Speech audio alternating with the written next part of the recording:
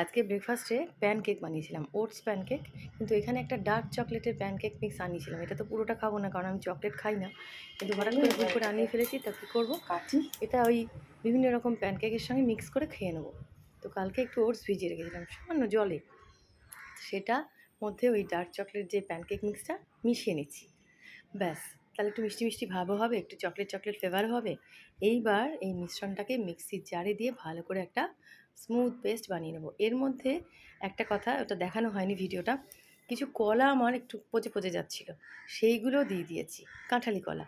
ব্যাস, ওই কলা, ওটস আর এই চকলেট প্যানকেকের মিশ্রণটা দিয়ে একটা, এই দেখুন, স্মুথ পেস্ট বানিয়ে নিয়েছি। এরকম একটা কনসিস্টেন্সি থাকবে প্যানকেক বানাতে গেলে যেরকম হয় আর কি। এইবার একটা তাওয়া বসিয়ে দিয়ে সুন্দর করে এই যে বসিয়ে দিয়েছি গ্যাসের মধ্যে। এবার একটু সামান্য ঘি ব্রাশ করে নেবো। আমার কাছে ভালো একটা ঘি আমি এবারে পেয়েছি, কপিভা।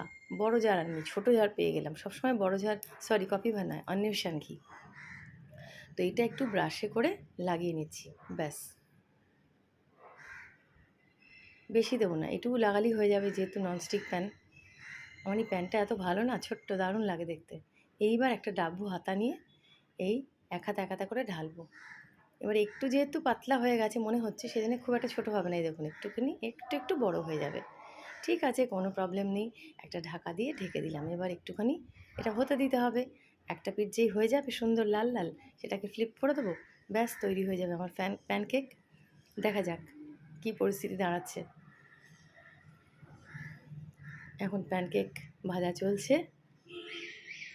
এবার ঢাকাটা খুলে দেখুন কি সুন্দর তৈরি হয়ে গেছে আমার প্যানকেক। এইবার এটাকে আমি আস্তে করে, দেখুন উঠে আসছে, দেখেছেন? এই উল্টে দিলাম। ওয়াও, দারুণ হয়ে গেল আমার বানানা ওটস চকলেট প্যানকেক। চলুন এনজয় করি, পরে আবার অন্য ভিডিও দেখা হচ্ছে। সবাই খুব ভালো থাকবেন। Thank you.